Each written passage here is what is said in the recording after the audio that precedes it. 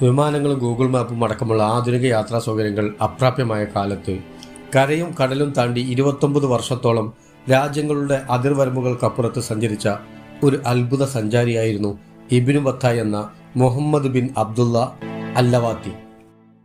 Ibnu Battuta എന്ന ലോക സഞ്ചാരിയെക്കുറിച്ചാണ് ഇന്ന് ഞാൻ നിങ്ങൾക്ക് പരിചയപ്പെടുത്തുന്നത്. ഞാൻ Ashkar Malbar. Once again welcome to my channel. മക്കയെ ലക്ഷ്യമാക്കി തുടങ്ങിയ യാത്ര പിന്നീട് ഏഷ്യൻ, ആഫ്രിക്കൻ, യൂറോപ്യൻ ഭൂഖണ്ഡാന്തരങ്ങളിലൂടെ മാനവ സംസ്കൃതിയുടെ വൈവിധ്യങ്ങളെ തൊട്ടും തലോടിയും സഞ്ചരിച്ച അദ്ദേഹം അക്കാലത്തെ ലോക ചരിത്രത്തെക്കുറിച്ച് വലിയ സംഭാവന നൽകിയ ചരിത്രകാരൻ കൂടിയാണ്.